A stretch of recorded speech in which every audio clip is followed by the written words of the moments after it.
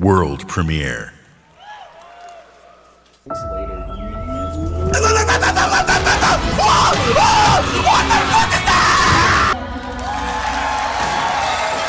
Where'd you move here from, dumb?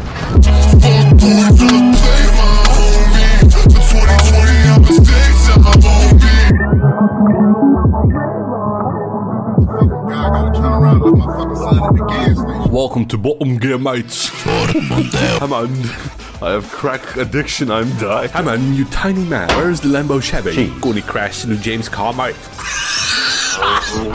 Little Cars, the greatest franchise on earth. So, you remember fucking Cars, right? With, Lightning McQueen? Well, guess what? You can throw all those in the goddamn trash can, because Little Cars is where it's at, dude. I will have you know, I ride and I die for Little Cars. This completely original franchise is made by Video Brinquedo, who you may know for Ratatouille. Meet Marcel Toyne. Believe it or not, Little Cars is actually a franchise spanning 8 movies, and we're gonna talk about as many as I can fit in this video.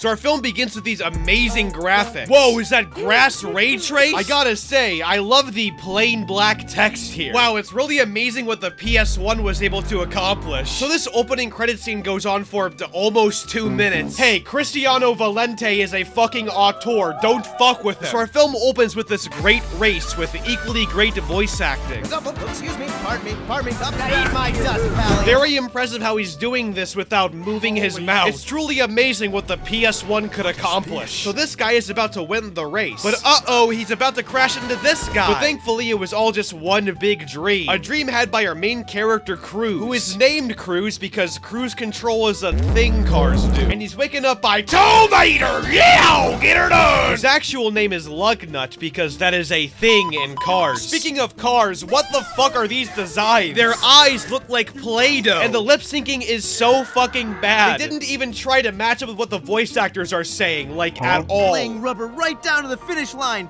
And then... So anyways, this guy shows up, and he's the boss of Cruz and Lugnut, which means that he's a dick and tells him to get back to work. But then this bitch, who is his niece, shows up. Did someone say race? Ooh, that gets my motor going. Oh, come on, Uncle. Stop being such an old gas guzzler. Oh, what kind of guzzler? So I'm gonna predict the plot here. Cruz is the underdog that wins the race, and he fucks this bitch. Sex.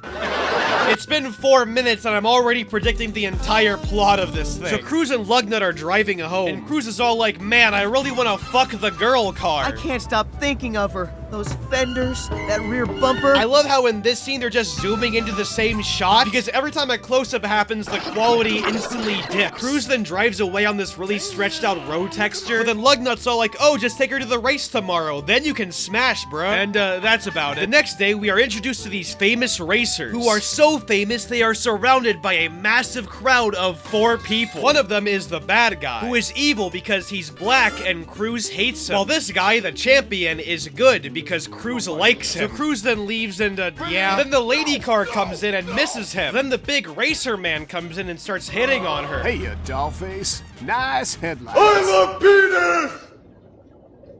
So this guy just walked up to this random girl and goes, nice tits. He better hope there's no Twitter in this car universe. Cruz was right. That car is a pain in the trunk. What did you say? Nothing, never mind. This dialogue has the worst fucking pacing. It really is like a PS1 video game. Where do you think you're going? My daughter. I've got to find her. Do you like races? So the evil car offers to let the girl car watch him train. Not sure if I like this. So she then leaves and Cruz comes back and he's very sad about this news. Who knows? But it looks like she's gonna be seeing a lot more of him. What was that shot? So the female car is watching the evil car train. He then comes back and mistreats his employees. We did it, boss. First of all, not we, me. Which, come on now, that's not evil, that's just normal. Then the champion comes in and beats his time, all while non-stop smiling. And this makes the evil car very mad. Cut to this place. Man, I love shopping at my first Blender project. So Cruz is all like, man, I'll never get to fuck the female car. But Blow Blader's all like, nah, man, you can do it, bruh. We then get more really stilted dialogue. You know what you need? Kid, you need a new paint job.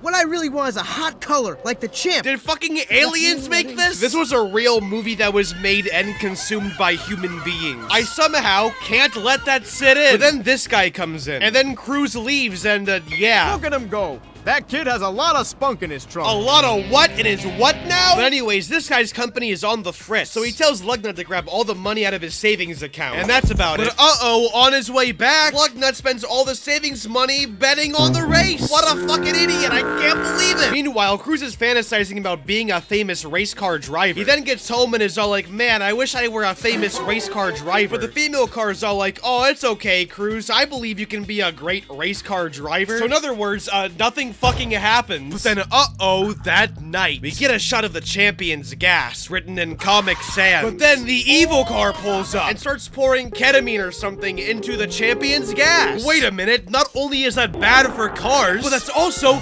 cheating? I don't believe it. The bad guy is cheating in the race. Truly, this is one of the most profound scenes in film history. Cristiano Valente really hit it out of the park with this one. The evil car then knocks over some barrels. What a fucking idiot.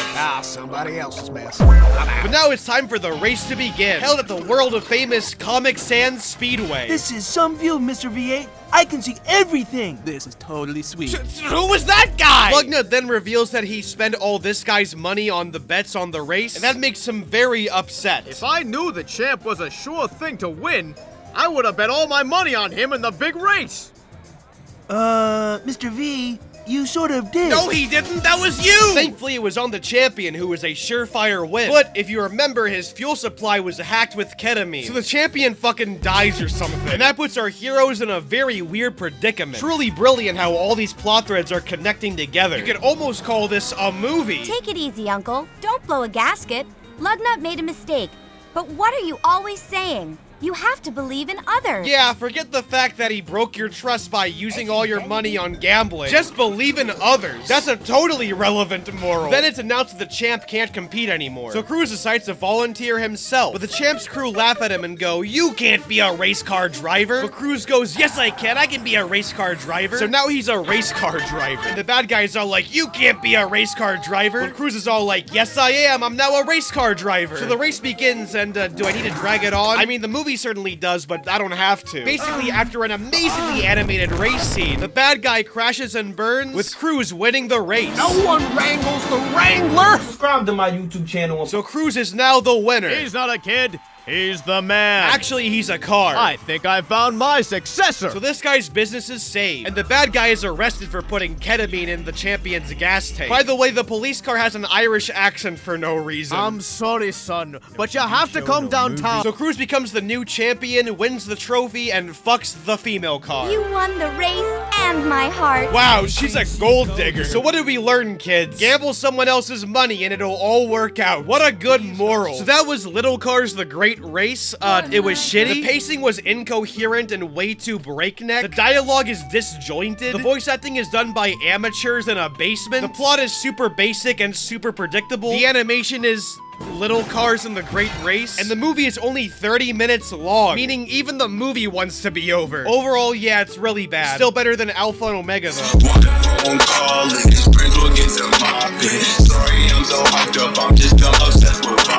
Our film begins with this radical intro. An intro that has jarring cuts to this image, and an intro that's in a different language. We then cut to the movie's actual beginning of the movie, where Cruz is in a race again, I guess, with Lugnut and the female car watching. That's right, Tony!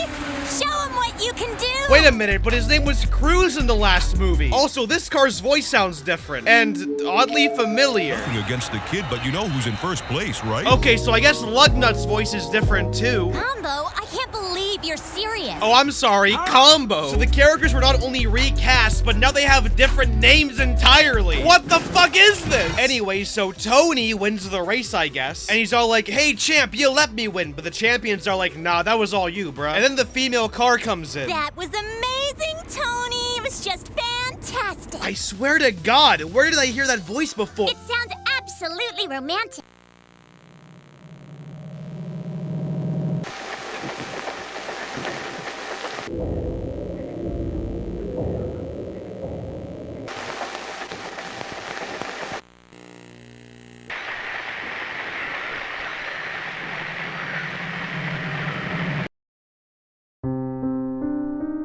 So Tony's mad because he didn't win the race for real or something, and then he leaves and yeah. And then this girl shows up, who Lugnut or Combo or whatever his fucking name is, wants to fuck because she has the same character design as him, only she's a woman now, which makes her identifiable and saves on budget. Also, why does she have a pentagram on her nose? Am I gonna start hailing Satan by the end of this movie? So she leaves and yeah. Tell me, if love is really blind, how did you just fall in love at first sight? I guess I really don't care. So these two cars are driving home, and Tony is still upset, all because he doesn't think he deserves to win. And that's about it. Meanwhile, the female Satanist woman, who is a newswoman apparently, goes out with Combo so she can get the inside scoop on Cruz. Or Tony, whatever. You see, this is why you don't change your character's name during sequels. Anyways, yeah, the two go out together and are seen drinking gasolina. But then this results in Tony getting an article on him. An article written in a different language. Tony's best friend thinks it was a scam too. So this leads to the third act conflict, I guess. The biggest lie is that I could ever think of you as a friend. I don't even know what to do anymore. No. Wow, this pacing is way faster than the first one, whose original problem was the pacing being too fast already. So this movie is, as a result, completely incoherent. But it turns out the article was a result of corporate meddling, and that one female Satanist character didn't want the article to be a hit piece at all. What's the big idea changing my story without my permission? Well, your story was great if I was having trouble sleeping. Wait a minute, that's Mike Pollock. What the fuck is Dr. Eggman doing here? So first we had the voice of...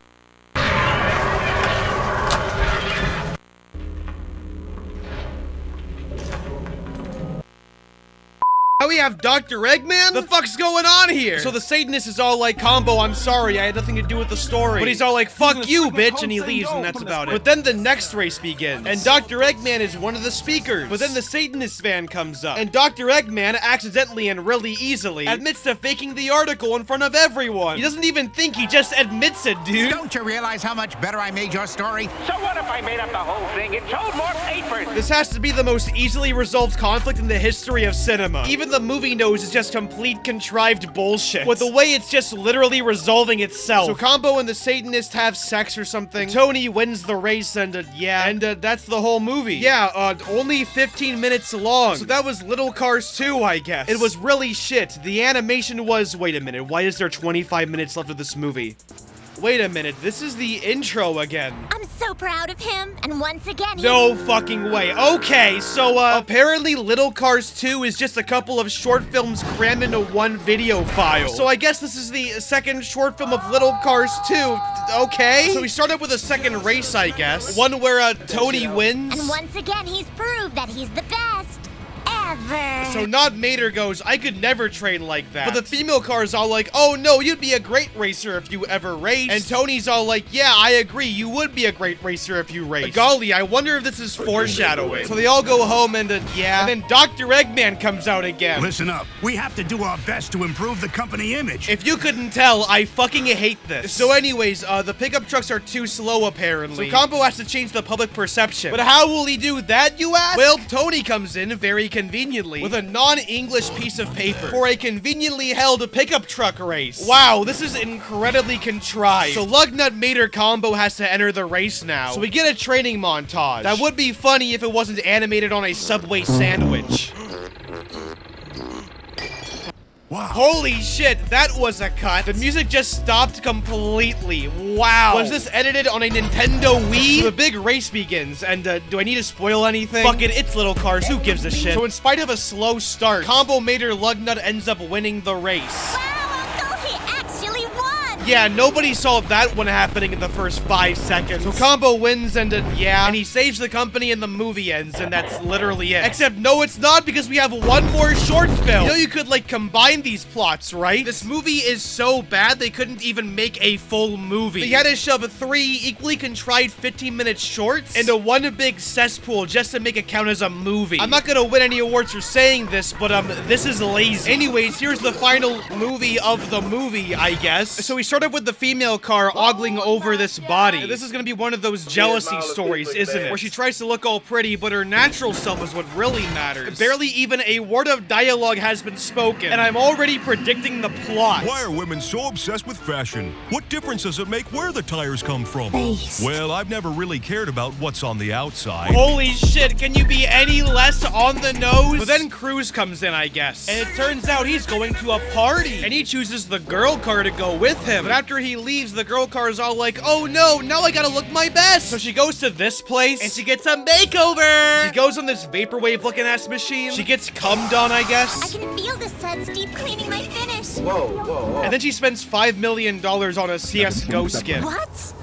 I could buy a garage for that much money and a house to go with it. Those are $5 signs. So now it's party time, and the female car is fresh as fuck. So Cruz and his girlfriend go to a background from Resident Evil 1, and the female car gets really jealous because other female cars are talking to her boyfriend. My friend's right. You're more muscular than we thought. But he's a car. Then they start dancing, if you can call it that. But the female car is still jealous. So they leave the party, and Cruz is all like, what's up, babe? And she's all like, I left because I didn't want to bother your friends or whatever. And Cruz is like, oh, you're jealous. You're the only girl for me, babe. Don't worry. And then she's all like, the only person I want to be with is you. Wow, I'm glad that was resolved really easily and on its own. So she goes home and is all like, man, that party was fucking lame. But it turns out she's now in a magazine and is actually the prettiest car of all time. And I kid you not, that is legitimately how it ends. It is so abrupt. So that was Little Cars 2. And once again, it's really bad. The animation is video Brinquedo. The plots make zero sense to the point where this is barely even a movie. It's 3 generic and rushed 15-minute shorts crammed into one movie, I guess. The voice acting is an improvement. It's not great. Clearly, Mike Pollock and Lisa Ortiz weren't being paid enough. Probably even had a gun to their heads. Which is sad because they are legitimately good voice actors. But you know what? A bag's a bag, you know? The characters' names are different too, which is really weird and just shows a lack of cohesion or care. Which isn't surprising since this is a Brazilian money laundering scheme. But overall, yeah, it's really bad. Still better than Alpha and Omega, though. Found out my dog is done, and that's my last childhood friend. Hey, I got it! That was actually kind of cool!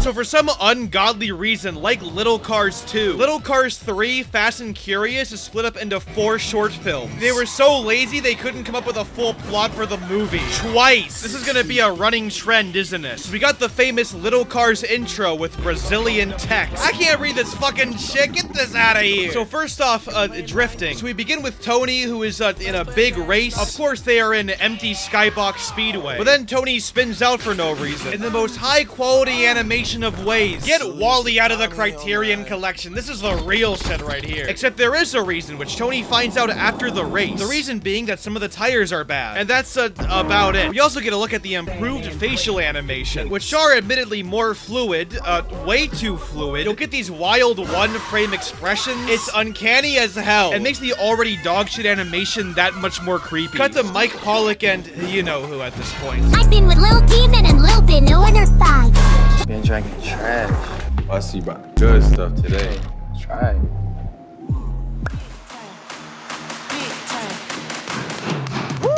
So someone is here to talk to the female car, I guess? Well, this fucking MIDI soundtrack plays in the background. But it turns out the person visiting the female car is her ex-boyfriend, Akira, who brags to her about how good he is at drifting. What a Sigma male. She's broke, I'm up. I'm a big shot celebrity racer now, see? Who, judging from his name Akira, which is Japanese, I guess, the fact that his model is based on the Toyota AE86, and he's apparently a really good drifter. I'm talking about drifting. Means that he's one big Initial D reference for some reason. Of course, it's a really lazy one. The writers have clearly only heard of Initial D and clearly have not really seen it. But still, I just didn't expect a fucking Initial D reference in Little Cars. Anyway, so Cruz Tony pops in, I guess. And Akira's all like, I'm the best racer of all time. And Tony's all like, no, I'm the best racer of all time. And Akira's like, you're a loser. I'm the best racer of all time. Akira then makes a bunch of sexual car innuendos. So I guess it's canon. Car sex. Say, as I recall, you and I really got each other's engines going. Be honest, babe, the heat between us could burn rubber. Oh yeah? Maybe you just couldn't keep up? Sex. He then challenges Cruz to a race. I wonder who will win this one. We then get a 5-second pit stop scene. Who cares? So now it's the night of the race. Yeah, we're there already. And Tony is hot and ready. And the mouth animation just gets more beautiful as time progresses. You have no idea what you're getting yourself into, hotshot. I bet you don't even make it to the finish. Was he talking or having a fucking seizure? First we had a car sex, now we have a car seizure. So the race begins. And let me just say, the race is, certainly animated. So Akira is drifting, because he's a drifter. And oh no, he's in the lead as well? But then, and get this. You know the bad tires that cause people to drift at the beginning of the movie? Well, Tony has them now, and they very conveniently allow him to drift, which is how the race is meant to be won or something. I don't believe it. I got the messed up tires that drift. The fucking Gary Stu car character got plot armor. This is the real plot of the fucking movie. I'm just at a loss for words, man. This is actually kind of incredible. So after the worst editing I've ever seen since my own videos, Tony wins the race, which I totally didn't see like 2 fucking minutes ago. I lost. I wasn't paying attention to the car's weight transfer on those turns. So we get more Uncanny Valley, and Tony and his anime car GF leave, I guess. We then get another racing scene, well, more like a talking about racing scene. A scene that is completely pointless, and is only here because of one shitty joke. But Tony, what will you do if you do start drifting? I'm sure I'll ride it with style, if you catch my drift. And that's just how the first short film ends. Okay. Next short, The Cousin's Suitcase. So our film opens with Tony and Combo at Equipe Roraparis. Tony, what's up? Hey, you don't look so good. Tony then reveals that his cousin is visiting, but he's a little sick, so Combo comes with him, I guess. Tony then meets his cousin, who looks like a default car NPC, and whose inside of his mouth isn't even modeled at all, who has to have the longest string of dialogue I've ever fucking heard. We always watch all your races. Everyone is so proud of you, Tony. You know how Grandpa... So he takes him back to the track, I guess, and we get this really engaging scene where all the characters stand around while Tony explains how a pit stop works. They then hire him for absolutely no reason. Yeah, who needs to be qualified, am I right? So Combo and the cousin character go and get some parts, while Tony gets checked up by Dr. Eggman. Yes, the city has a lot to offer. He sounds exactly like Drake. It's scary. I would say this is lazy, but if Mike Pollock could voice every character, I honestly wouldn't be complaining. So Tony does a practice race, but he's still not feeling too well. So Combo and Tony's cousin go back to the city, a very unpopulated one. But then Combo comes back, and it turns out Tony's cousin is now lost, so now they gotta find him, I guess. So a bunch of shit happens, so who cares? And the characters who are way more shiny in this scene still can't find him. But then he just comes out of nowhere with a new paint job and everything. So I guess the plot is resolved now, and not even joking, that's the ending. Okay? And thus ends the most pointless short of all time. Whoa there, little cars, don't get too engaging now. Okay, next short, the singing tire. So Combo and the girl car are standing around in some place, but then Combo's goth girlfriend comes up, and she's all like, the Hot Rods are in town, they're the best band ever! And they all leave, all with the girl car's lines getting cut off. Hey guys, wait up for me! Cut to Wrangler, the bad guy from the first movie, who is wearing an untextured mustache. Wow, the blender file must have been crazy on this one. But then Combo and his goth GF come in and go, you're Wrangler! Also, this is the first time to my knowledge that his name wasn't changed. If you guys remember, it was really confusing going from Little Cars 1 to Little Cars 2, because the characters suddenly had a different set of names. Literally, almost every character got their name changed, except for Wrangler. What was the point of it changing the names then? The female car then hops in for no reason, and she has no eyes for one scene. Isaac, make us whole again. And they all leave, I guess. Wrangler then runs into this giant truck person who's a roadie for the Hot Rods. And Wrangler's all like, hey, you wanna be famous? And he's all like, yeah, I do. And Wrangler's all like, okay, then come with me. Meanwhile, the girl cars are like, Tony, Wrangler's back in town. You gotta watch out for him. But Tony's all like, don't worry, it'll all be okay. And that's about it. Meanwhile, Wrangler is talking to Big Trungus. And man, is he manipulating him with words that I'm not caring about at all. But then Wrangler calls him fat, and that gets the Big Trungus guy to get mad at him. And now he's like, you're manipulating me. I'm gonna leave now. You really thought you had tricked me. Guess you're the gullible one. And that's the end of that character arc. To be fair though, if I were this movie, I'd want to end myself too. So Wrangler then unscrews this thing, I guess. I don't know how, because he's a car with no hands. And then the truck has a conversation with the singer of the Hot Rods. And I swear to God, I think they're voiced by the same person. You know why I keep doing these concerts year after year, Samson? Because without you, the Hot Rods just wouldn't be the same, right? Wow, this is just incredible. So then a racing scene happens. Of course, it's really pointless and predictable, but also weirdly existential. There must be a saint that protects hot race cars, right? Well, I'm not sure, Chris.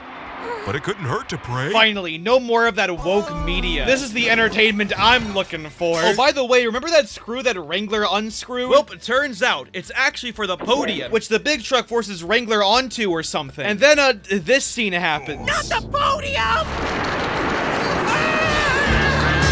We then get a concert scene, and this scene is fucking something else. So first off, the song is James Brown's I Got the Feelin'. I'm sure they acquired it perfectly legally. But then when the crowd chants, it's just, it's official. This film's a masterpiece. And then for no reason, a bunch of bitches surround the big truck, I guess. Honestly, I don't fucking know. We then get Brazil news. The short just ends there. Fuck it. Next short, the supersonic tonic. So you have Wrangler in this disguise and shit, and he's selling the supersonic snake oil. Wow, it's just like real life. But then Mike Pollock comes in, and he ends up buying some. We then cut to the other characters talking about the moral of the story 1 minute into the short. You should only drink what you know is safe.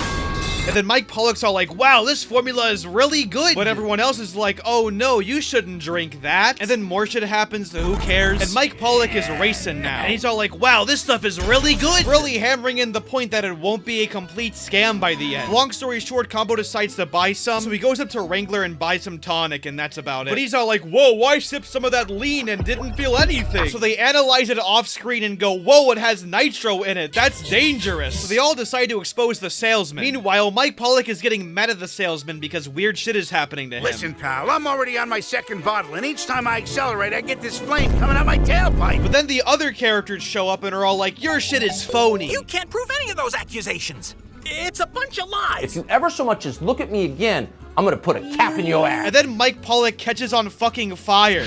Oh my gosh! Just look at me! The fire is spreading! Ah! You seem really horrified about that. No, that's not how you react to spontaneously catching fire. The correct reaction is Good morning, USA! And then a fire truck comes along to put the flames out. But it turns out the Wrangler was the salesman the whole time. And then he's arrested. And yeah, that's the whole plot of the movie. Thanks for the tip, my friends. He's a very dangerous fugitive. Somehow he managed to escape from the penitentiary. And you didn't catch him when he was crushed by the physics objects? And that's the end of the whole movie, I guess. So that was Little Cars 3. The plots are all predictable. The animation is shit. The sound design was absolute garbage. At least the source engine is still going strong. She started breathing fast. She'll probably be Trout. Oh shit, check this out. We got SpongeBob style title cards now. Finally, no more of this still image dog shit. If only the rest of the movie were an improvement. So the movie opens with Combo, who's trying to have a conversation with his best friend Tony, but he's constantly interrupted, which makes him very upset and he leaves, and yeah. But then his goth girlfriend pops out of thin air. Wow, I haven't seen this technique since the PlayStation 2. But then she leaves abruptly, making Combo even more upset. Oh no. So now Combo's in his Joker arc, mad at everyone and everything. This is totally not fucking contrived whatsoever. You know what? It's actually a good thing. Me and the road. I've got my whole future ahead of me. I hope you also got anti-aliasing options ahead of you too. Who needs Tony? Or anybody. He's gonna learn to appreciate them by the end of it, isn't he? So everyone else is all like, oh, where's Combo? And then they're all like, man, we gotta find him and fast. Combo then stops at whatever the fuck this gas station is. Man, I love the good old untextured gas station. But then Tony's car dick starts sprouting stock green screen effects. And then a genie pops out. And if you squint really hard, you can see the one frame they forgot to put the fucking genie in. And the genies are like, I will grant you 3 wishes. That's cool. Meanwhile, all the other characters are all like, we still can't find Combo. And that's quite literally about it. Meanwhile, Combo's all like, I wish I were rich and famous. The genie then grants his wish, I guess. And Combo has a big ol' orgy or something. And the genies are like, man, your goth GF won't like that. And then he's like, Tony won't even know who you are because you won't have friends. You'll have bodyguards. And ignoring the obviously overgeneralized semantics, Combo's that are like, oh no, this is terrible. I think I made a mistake. Can I please have my old life back? Of course, this new life lasted for about 1 fucking minute, making for an amazingly rushed character arc. This whole thing is giving me a high school essay done the night before vibes. All the characters then find Combo and are all like, oh, Combo, we're sorry we treated you so badly. And that's the whole fucking thing. Another convoluted and somehow even more rushed short film. You can't keep getting away with it! Next up, Forgotten Combo. So Combo's parents are visiting, and after 5 million years of nothing, they finally arrive. With, of course, only the best voice acting of all time. Tony Toon, well, you're the fastest racer. Black Mesa. So they go down this road, but then Combo gets in this epic car accident. Combo then reawakens and gets amnesia and thinks he's in grade school or something. Hey, Mom. Hey, Dad. I guess I don't have school today. So they need to fix him or something, I guess. Also, I can't believe I didn't mention this earlier, but I love the flat PNG backgrounds for the audience of the racetrack. Oh, well, there's no race going on in this scene. So 5 bajillion million eternities later, they try to regain his memory by going to different places he's been to. But then he sees his goth girlfriend, and that regains his memory all of a sudden. So in other words, this was a waste of my time! Next up, a haunted junkyard. This fucking movie is a haunted junkyard. Shut the front door! So Combo and the female car are talking about ghosts or something. So the female car is all like, Combo, ghosts aren't real, but Combo's all like, ghosts are real. Tony then enters because the plot demands him to enter. Also, what's going on with the female car's tire? But then Mike Pollock comes in and tells him to go to the haunted place that's haunted. So they go to the haunted place to deliver this default square object. So now they're at the scary place. It's like a nightmare, but I'm awake. It's like being in a nightmare you can't wake up from. They then see a ghost, which causes them to go deeper into the haunted graveyard. Yeah, because that makes sense. Wait a minute, that's no ghost, that's a car racist. So they get to the delivery destination, I guess. So they give this package to the 15th time I've seen this mark. But then it turns out the ghost is actually just Mike Pollock the whole time. Man, I wonder how Mike Pollock feels playing as a character who's angry and wears a white sheet over his head. This is a night cover I used to help me fall asleep. You know how it is when you're older. And that noise, well... Holy shit, did you see that? They didn't have an animation for him taking his sheet off. So they cut to a close-up of Combo. This movie is dog shit. Everyone then leaves, I guess, but we get one more shot of a spooky ghost. Once again, a waste of my time. Next short film. Gift for Chris. Die for Guy. So the female car is reading this thing, and Combo's like, women. All while amazing mouth animations happen. It's really weird how in Little Cars 3 they almost got it right. Well, okay, not right, but passable. In a special ed school. And then just stopped caring. Anyways, the female car leaves, I guess. And the goth girl then comes over. And she has new hubcaps, I guess. As you can tell, I'm really engaged in the storyline. And then Tony comes over and is all like, man, it's almost the female car's birthday. I need to get her a gift. But then Combo's all like, oh, get her hubcaps. She'll love that. So Tony goes to get some, I guess. And he finds one store with one pair left, but they're reserved for this lady who comes in and is all like, those are mine. But the store's all like, nope, you waited too long. These are now Tony's. But I reserved this set, young lady. How could you be out? Wait a minute, that voice actor, is that? I need a pair of Dolce Mags, and I'm sorry, policy just doesn't cut it. What? It's Mike Pollock again! Holy shit, he really is voicing every character. God damn, not even gonna lie though, Mike Pollock kind of a MILF right now. Total MILF. So Tony gives the hubcaps to his girlfriend. The female car is then all like, wow, I love these hubcaps. And Tony's all like, yeah, I had to go through a crazy bitch to get them. But it turns out the crazy bitch is actually the female car's mom. And not even joking, that's the whole plot. What? That's definitely true. Size doesn't mean anything, as I've learned these last few days. Could she really be here? Waiting for me. Wow, we have the most uncreative title yet, Big Fucking Adventures. Our first short is the Easter card. We open with Tony and the gang, with Combo and the girl card talking about how they love this time of year. Tony's then all like, what kind of year? All while not moving his teeth at all. And it turns out the time of year is, and I hope you're sitting down for this, believe it or not, it's not Easter, even though the title of this short is the Easter card. In actuality, it's a holiday called Greaster. You know, Greaster is the holiday celebrating the invention of grease. Just think about that. Fucking Greaster. We had so much fun looking around for Greaster eggs. I'm gonna fucking off myself. We had so much fun looking around for Greaster eggs. Man, I'm gonna break my monitor, I swear. But turns out Tony's an atheist that doesn't believe in Santa. And he has some press conference thing or something. So the press conference happens, I guess. So this guy with a big mustache comes out. And naturally, it's the same fucking mustache model for every car with a mustache. But I guess whatever makes your fucking shitty Blender file cheaper. But then Tony's all like, huh, God, I hate God. I'm an atheist. It's almost like being the new Greaster car. Come on, Simone. The Greaster car's for kids.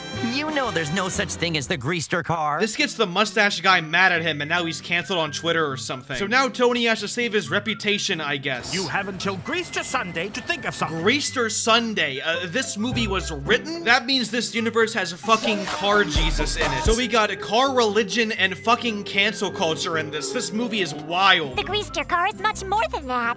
It represents the hope and joy we celebrate Greaster Sunday. Once again, this movie was written so Combo and the girl car get an idea. And that idea is to turn Tony into the Easter Bunny. I don't give a shit what it's actually called. So Tony goes around murdering innocent civilians. But then, uh-oh, his fucking white phosphorus cannon got launched into the ocean. And for some reason, the animation is way better in this scene. Who gives a shit why, honestly? Then Tony... It's no game. I'm who you think I am.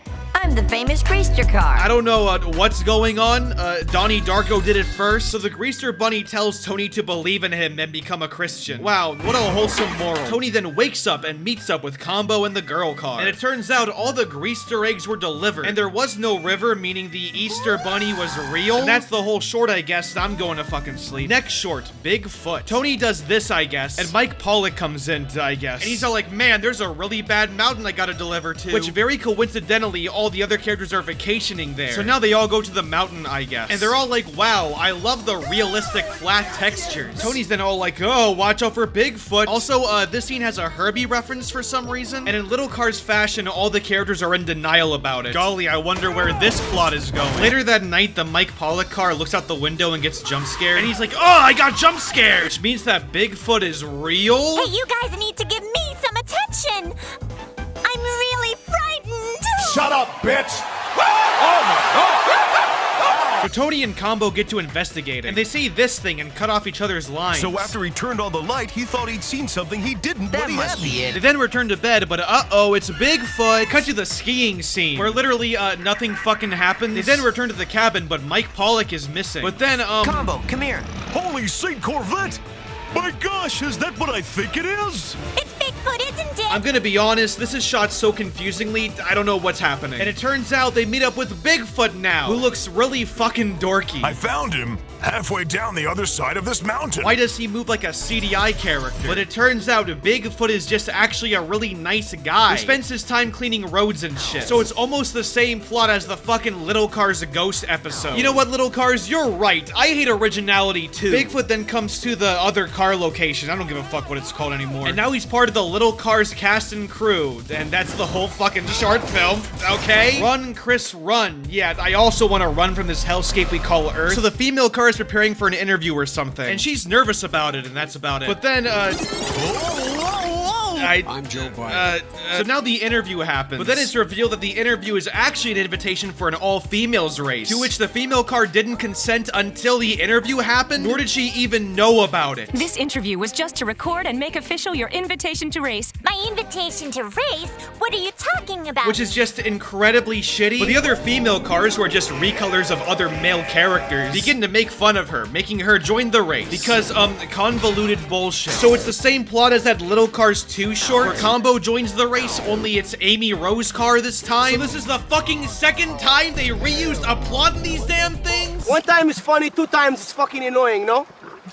So Chris is really nervous and shit. But thankfully the plot is really predictable, so you already know how it's gonna end. Some more fucking shit happens, so who cares, honestly? But it turns out the girl car is the fastest car of all time, actually, which makes the other female cars really jealous. So that night they sabotage her fuel supply, which is the exact same plot as Little Cars 1. So they've officially reused plots 3 times, 2 of them in the same fucking short film. But then later, for no reason, Combo drinks the gas, and he starts dying. And Tony's all like, oh, female car, you shouldn't be in this race. But Combo has an idea, and that's to disguise her with a bandana. Which, I mean, first of all, the disguise is shit. Secondly, why would they let a random bitch in this race? At the last minute, no less. But thirdly, why? Why would she need to disguise herself? She's not the one who sabotaged anyone. There's literally no reason for it. We then get to the greatest animation known to man. And yeah, she wins the race. The goth car then announces that it was the female car who won the whole time. And the police cars arrest the other characters because, yeah. And, that's the end. And in turn, that's the end of the whole goddamn thing. So instead of 4 short films, we have 3 this time. I mean, yeah, less work for me. 2 of them are just recycled plots. 1 of them is just an Easter special, or in this case, Greaser special. All of them super predictable and by the numbers. In other words, yeah, it's certainly Little Cars 5.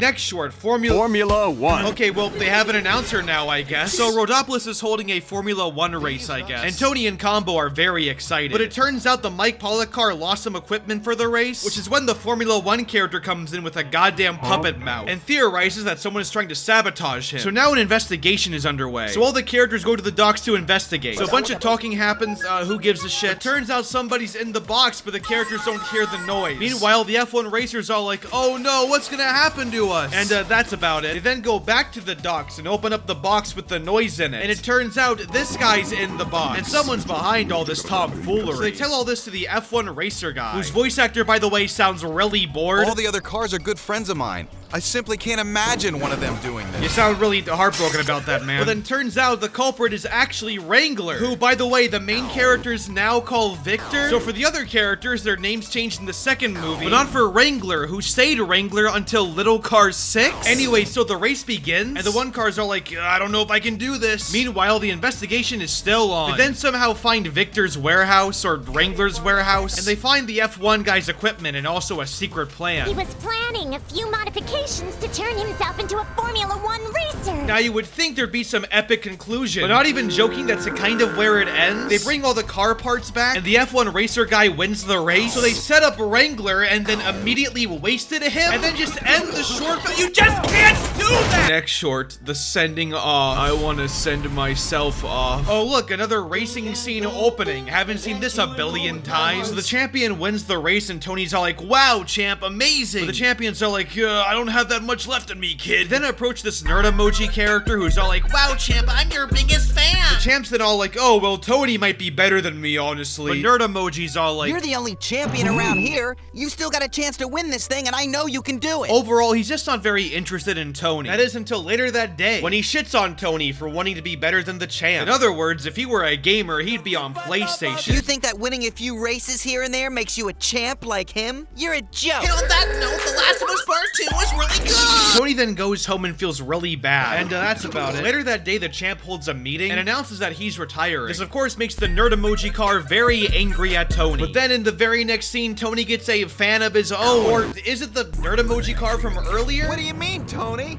I'm your biggest fan. I just started your official fan club and everything. I mean, I don't know, but it just fucking ends there, I guess. Next short, flying tires. Tony and his girlfriend are out on a date, but then the goth van comes in and is all like, hey, I'm looking for UFOs. Yeah, okay, fuck it. There's aliens now, I guess. Several cars in Rhodopolis swear they saw tire tracks in the sky last night. Yeah, okay, sure.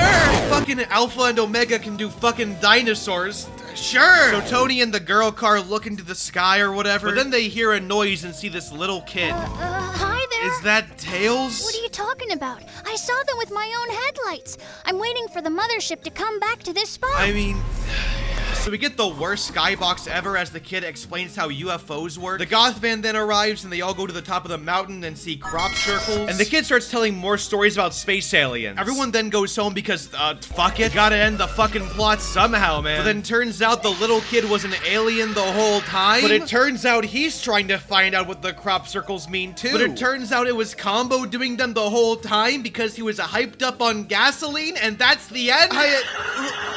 Next short, Friends on Farm. Friends on the farm. Oh, sorry, Friends on the Farm. So the main characters are dicking around or something. It's so green up here. Look at all the trees. Yeah, it's almost like the color of trees is green. They then meet up with Combo's grandparents, who are apparently really good at farming fucking nothing. And Tony and Combo are going to a mine or something. So the two of them play Minecraft in a cave looking for diamonds. And it turns out they find gold and coal. They then go back to Combo's grandparents, who reveal that the coal is actually magic coal that apparently extends your life and gives you more energy or something. something. I don't fucking know. I don't know what's happening anymore. I'm just on autopilot at this point. They then grab some magic coal and bring it back to Combo's grandparents. And Tony's all like, a lot of cars could use this stuff. And the grandpa's all like, we can make magical energy drinks from that old moonshine still my uncle used to have. Okay, sure. If you want to, go right ahead. Well, the important thing is that everyone now knows that magic coal isn't merely a myth. Oh, is that the moral? Let's go. Well, it just ends right there, so I guess it is. And that's Little Car 6.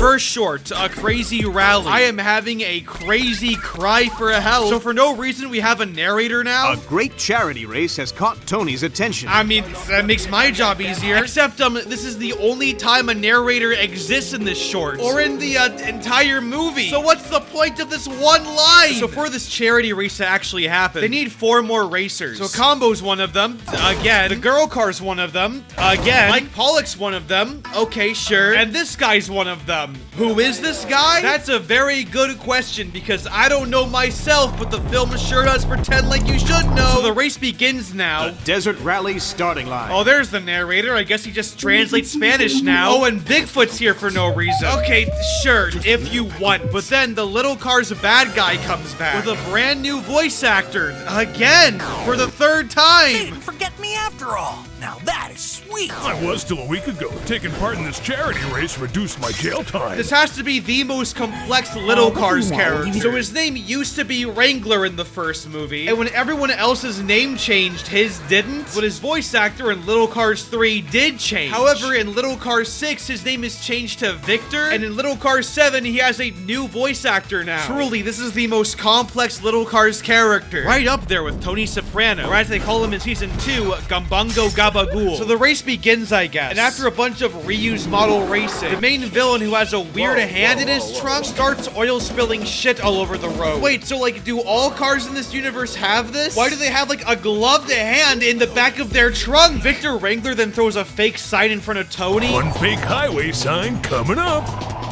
Rally continues this way. And Tony just believes it, even though he can clearly see the sign land. I always seem to get lost in these rallies. It's a good thing there's a sign posted telling us which way to go. You're a fucking dumbass. Tony then finds out the road is fake, so he catches up to Victor, all while Victor Wrangler shits all over the road. Tony then catches up to Victor, and Victor runs out of oil, so he actually starts shitting on the road, which means that he has no more oil to actually finish the race. So Tony wins the race, but it turns out the one random guy wins the race. And yeah, that's the whole thing. The end. Miss Gasoline. So the female car is invited to this beauty pageant, and she invites Tony, Combo, and the goth car. Then it turns out one of the contestants disappeared. All the characters then arrive at the place, and this reused model thinks the girl car is the contestant that's missing because she looks just like her, apparently. Chris, I think I know why everyone is confused. You and she are almost identical. It's incredible. You could be her twin. So the girl car is now posing as the missing car, which is just incredibly illegal and shitty. But then this reused model of Tony comes in, all while this guy stares in the background. All the while, this guy's lines get recorded in the bathroom or something. Now that we've settled that, let's get on with the contest and the festivities.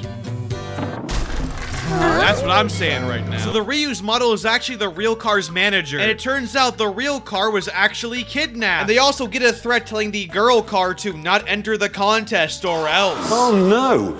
Anyway, last week... Cut to the girl car where this guy invades her house, and he's all like, tell the judges the truth, and then he just leaves. The other cars then investigate the shipping place and find the real car. How did they find it? So the goth cars are like, we found the real car. And the evil guy is arrested, all while a shit ton of exposition is just thrown at you. And then we just cut to the next scene where the goth car won, I guess? And it just ends there? Okay! Next short, If I Was You. The title card's kind of cute at least. So Cruz and Combo are driving, I guess. They then go to Mike Pollock and Combo's all like, oh, I'm sorry, I'm late, bro. They then have to get this big package that's really heavy, I guess, and only Combo can do it. But uh-oh, now his battery is dead. So Tony and Combo are now going to jump batteries or whatever. So they have a fucking seizure. Hey!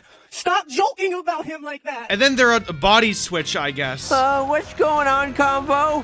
Bizarre! This can't really be happening! So now we're just ripping off Freaky Friday, I guess. This was your stupid idea. Now it's like we're characters in a bad science fiction flick. Well, at least they're honest. So now it's wacky hijinks time. So Tony now has to deliver the shit for Combo, while Combo has to do racing shit, I guess. So Tony gets really mad because he has to wait a long time for packages or something, while Combo, because he's stupid, is racing really really slowly, even though he's raced before. So after a whole bunch of bullshit that's there to waste your time, it turns out the solution that Combo knew the entire time is to just close your eyes and restart your engines. Did you know how to do this the whole time?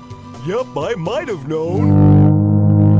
Then why didn't you swap places with me sooner? Oh, well, I thought it might be a little fun to switch places. Oh, so this whole thing was a waste of fucking time. Good to know. Next up, the rap show. Oh god, I hope Ken Carson's in this, you know,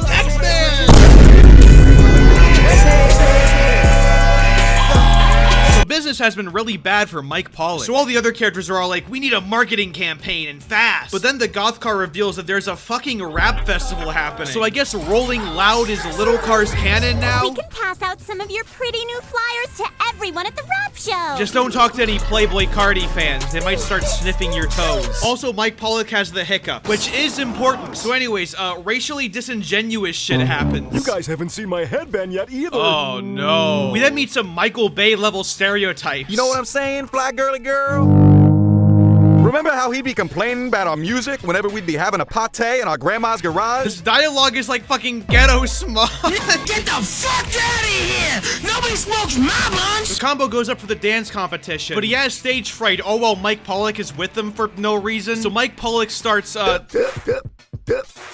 holy shit, clearly Yeet has some competition. I can't call myself a fan of rap, but even I'm insulted by this. Oh, if only you knew, my sweet little Bob Shaw. The best verse had to be when Kanye came out and said, I'm not gonna say what race, what people, what hospital, and what media went to. We know I can't say. So they all win the competition and the sales are back up again. Combo and his goth GF then have sex and yeah. And that was Little Cars 7. I was weak. That's why I needed you. Needed someone to punish me for my sins. But that's all over now. I know the truth. Now it's time to end this. The Monster Tractor. Tractor Monster. Or, Tractor Monster? Well, I'll say this, the animation is better. I mean, it's not good, but there's a shit ton of motion blur now, I guess. They're all going to Combo's grandparents' house, I guess. So they all make it to the orange cum fire dumpster thing. Or as we call it back at home, a regular fire. But then this guy comes in and is all like, the Monster Tractor is here. Wow, where have I heard this plot before? So Tony and Combo head out looking for the scary monster, I guess. But then they get jump scared and Combo gets briefly scratched. Did you hurt yourself, old buddy? You've got a little scratch on your hook. I mean, if you really want to call it that. The next day, Combo bites into a donut.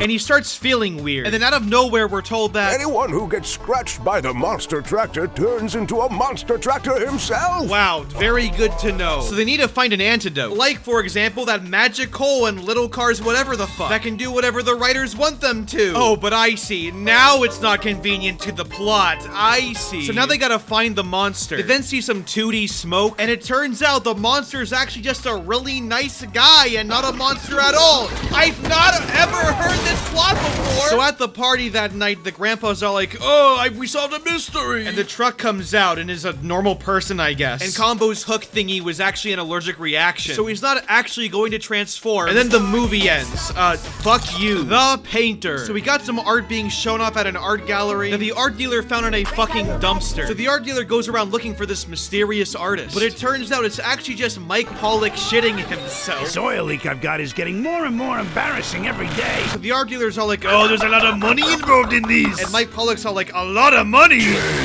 So he sells his art, and that's the whole fucking thing. Yeah, I'm not joking. That's it. I mean, it's bare bones, but I also didn't expect a critique of modern art from fucking Little Cars. Final short, the fucked up title card. So the circus is coming to town, and Combo's recolored cousin is in it. So more boring shit happens, also the animation downgraded. But now it turns out that Combo's cousin has gone missing, because the writers finally remembered, oh yeah, we need a fucking story. So the main characters are now on the case. So the main characters go to the docks and witness a fight break out. A fight that's not only full of reused models again, but also a fight that Combo's cousin is in, who sounds completely bored, by the way. Gentlemen, if I were you, you might want to look around, because I don't think we're alone anymore. Tony and Combo then save Combo's cousin, and Combo's cousin is all like, whoa guys, thanks for saving me. We then get a circus scene where Combo's cousin climbs over ropes and fire ropes, and yeah, that's about it. The characters then talk about nothing for 5 million fucking years, and that's how the whole fucking thing ends, and okay, sure. And that was Little Cars 8. I liked the part when Mike Pollock sold his shit in the art museum. Reminds me a lot of this fucking franchise.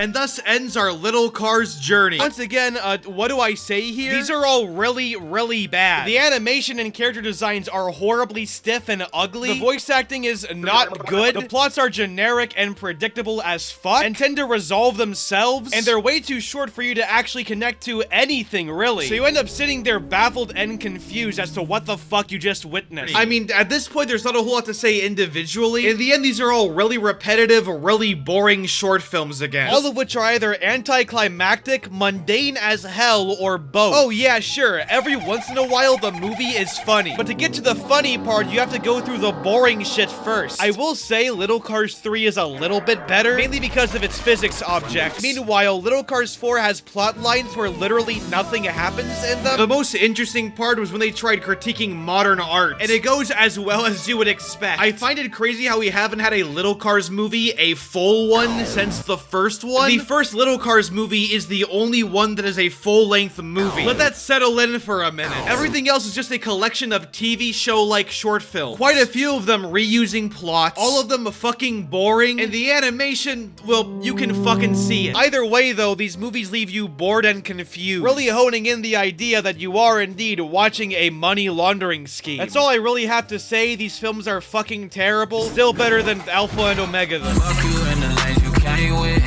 Me and you ain't on the same shit. You ain't in my lane, bitch, nah. Throw that shit in fifth, rollie on my wrist.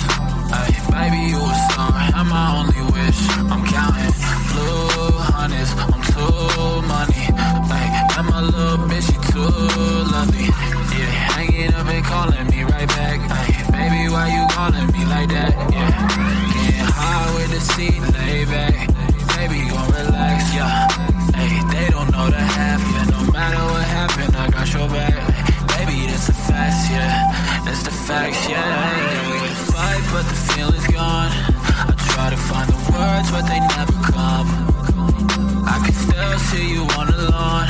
Hey, laying outside in the summer sun. Yeah, we can fight, but the feeling's gone. I try to find the words, but they never come. I can still see you on the lawn.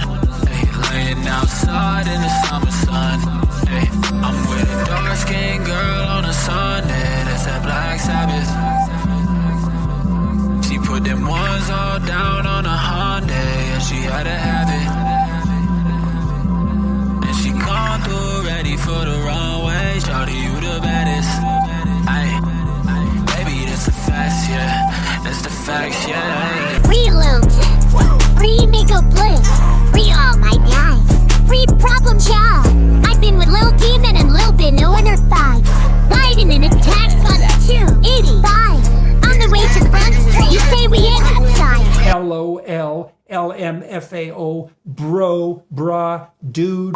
How long was that, but now you're changing my mind.